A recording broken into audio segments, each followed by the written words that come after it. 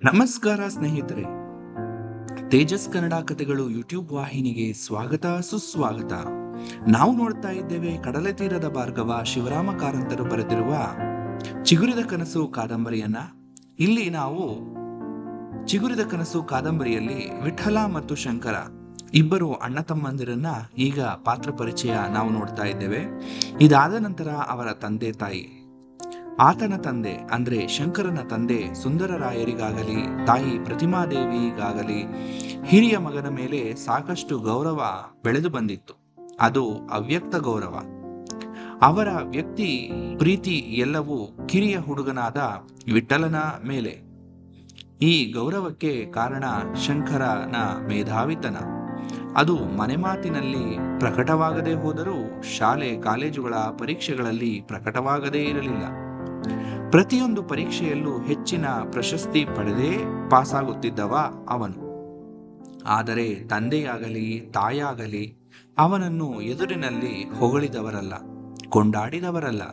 ಹಾಗೆ ತಂದೆ ಸುಂದರರಾಯರು ಮನೆಯಲ್ಲಿ ವಿಶೇಷ ಸಲುಗೆಯಿಂದ ಯಾರೊಡನೆಯೂ ಇರುವವರಲ್ಲ.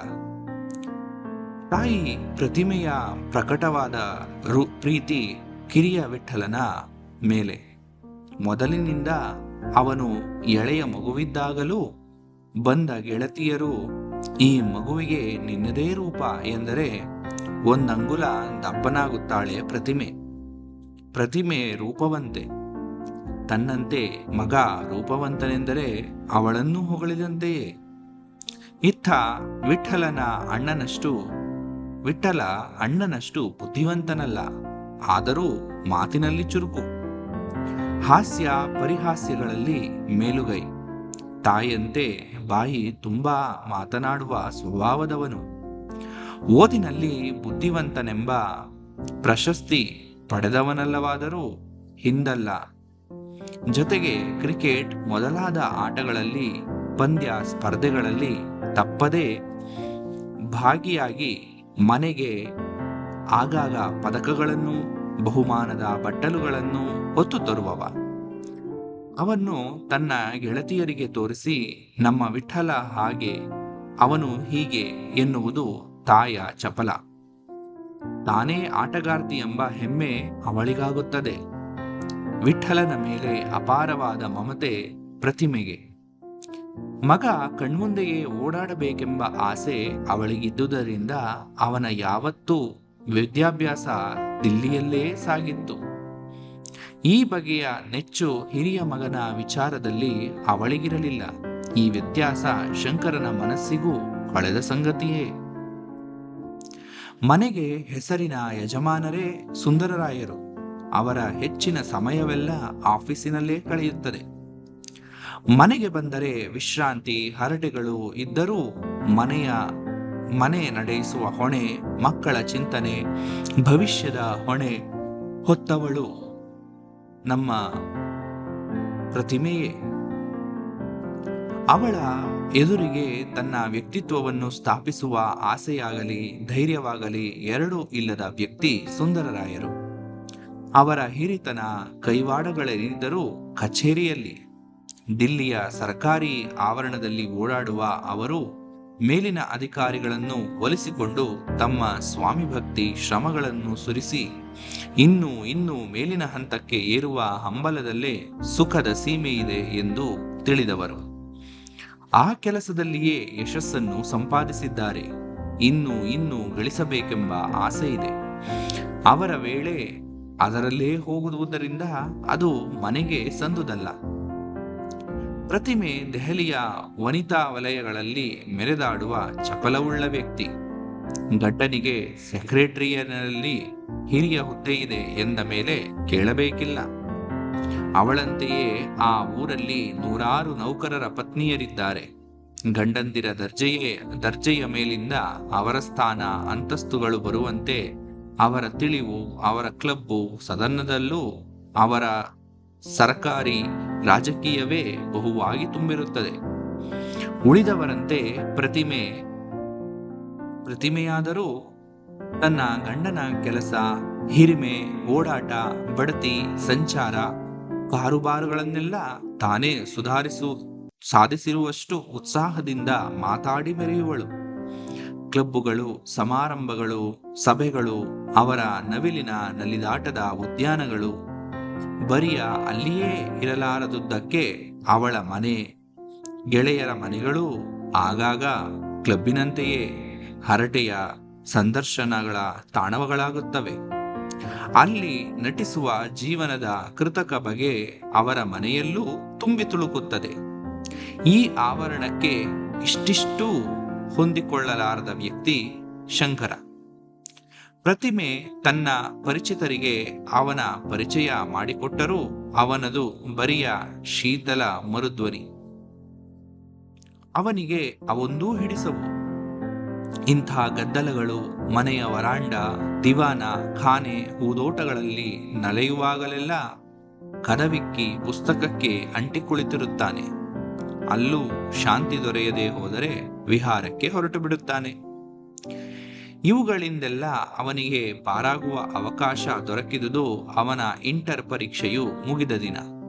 ಅಲ್ಲಿಯ ತನಕ ಶಂಕರನು ಓದುತ್ತಿದ್ದ, ವ್ಯಾಸಂಗ ಮಾಡುತ್ತಿದ್ದ. ಆದರೂ ಹಲವರಂತೆ ತನ್ನ ಭವಿಷ್ಯದ ಕಡೆ ನಿಡುನೋಟ ಚಾಚಿದವನಲ್ಲ.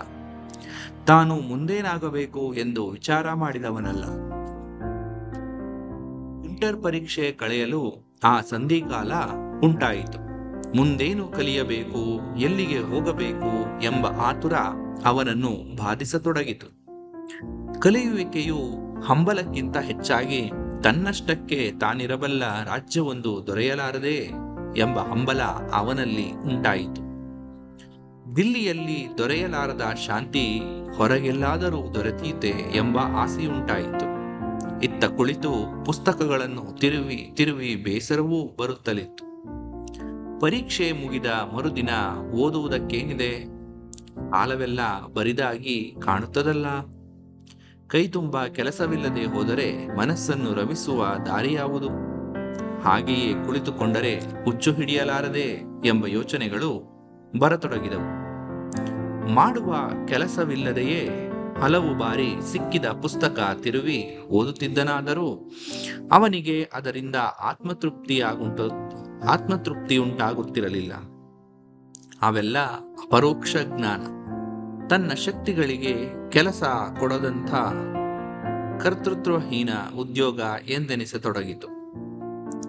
ಇವುಗಳಿಂದ ಪಾರಾಗಲೆಂದು ಮನೆ ಬಿಟ್ಟು ತಾಸುಗಳ ಕಾಲ ಅಲೆದಾಡುತ್ತಾನೆ ಆತ. ರಜೆಯ ದಿನ ಬಂತೆಂದರೆ ಮನೆಯಿಂದ ಹೊರಬೀಳುತ್ತಾನೆ.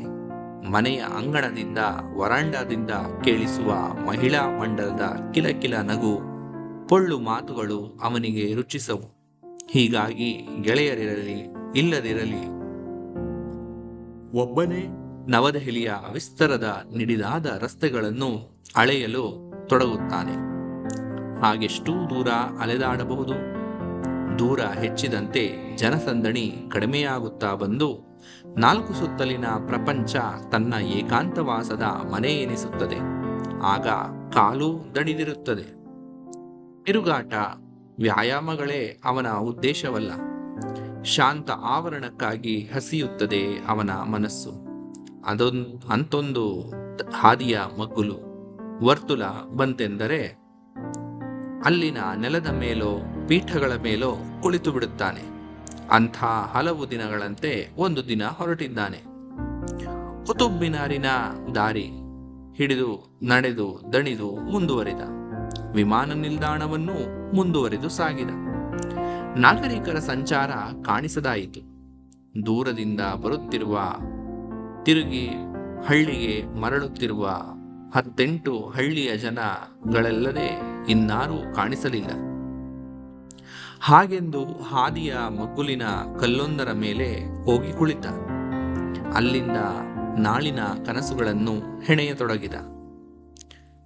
ಬಟ್ಟ ಬಯಲಾಗಿತ್ತು ಹೊರಗಿನ ನೆಲ, ಮೇಲಿನ ಬಾನು. ಅಷ್ಟೇ ಬರಿದಾಗಿತ್ತು ಅವನ ಮನಸ್ಸಿನ ತೆರೆ. ಈ ತನಕ ಮುಂದೇನು ಮಾಡಬೇಕು ಎಂದು ಯೋಚಿಸದ ಅವನಿಗೆ ಮುಂದೇನು ಎಂಬ ಆದರ್ಶದ ಕನಸು ಈಗ ಥಟ್ಟನೆ ಹೊಳೆಯುತ್ತದೆಯೇ? ಶೂನ್ಯ ದೃಷ್ಟಿಯಿಂದ ರಸ್ತೆಯನ್ನೇ ನೋಡುತ್ತಾ ಕುಳಿತ. ಸ್ನೇಹಿತರೆ, ಕಥೆಯನ್ನ ಇಲ್ಲಿಗೆ ನಿಲ್ಲಿಸೋಣ. ಈಗ ಶಂಕರ ಮುಂದೆ ಏನು ಮಾಡಬೇಕು ಎಂಬುದನ್ನ ಯೋಚನೆ ಮಾಡುವಂತಹ ಸ್ಥಿತಿಗೆ ಬಂದಿದ್ದಾನೆ. ಈಗ ಅವನಿಗೆ ಮುಂದಿನ ದಾರಿ ತಿಳಿಯುತ್ತಾ ಇಲ್ಲವಾ ಎಂಬುದನ್ನ ಮುಂದಿನ ಸಂಚಿಕೆಯಲ್ಲಿ ನೋಡುತ್ತಾ ಹೋಗೋಣ. ನೀವಿನ್ನು ನಮ್ಮ ಚಾನೆಲ್ ಅನ್ನ ಸಬ್ಸ್ಕ್ರೈಬ್ ಮಾಡ್ಕೊಂಡಿಲ್ಲ ಅಂದ್ರೆ ದಯವಿಟ್ಟು ಸಬ್ಸ್ಕ್ರೈಬ್ ಮಾಡಿ, ಮತ್ತು ನಿಮಗೆ ಈ ವಿಡಿಯೋ ಇಷ್ಟ ಆಗಿದೆ ಅಂತ ಅಂದ್ರೆ ದಯವಿಟ್ಟು ನಮ್ಮ ಈ ಒಂದು ವಿಡಿಯೋಗೆ ಒಂದು ಲೈಕ್ ಮಾಡಿ ಸ್ನೇಹಿತರೆ. ಎಲ್ಲರಿಗೂ ಶುಭವಾಗಲಿ. ಶುಭ ದಿನ.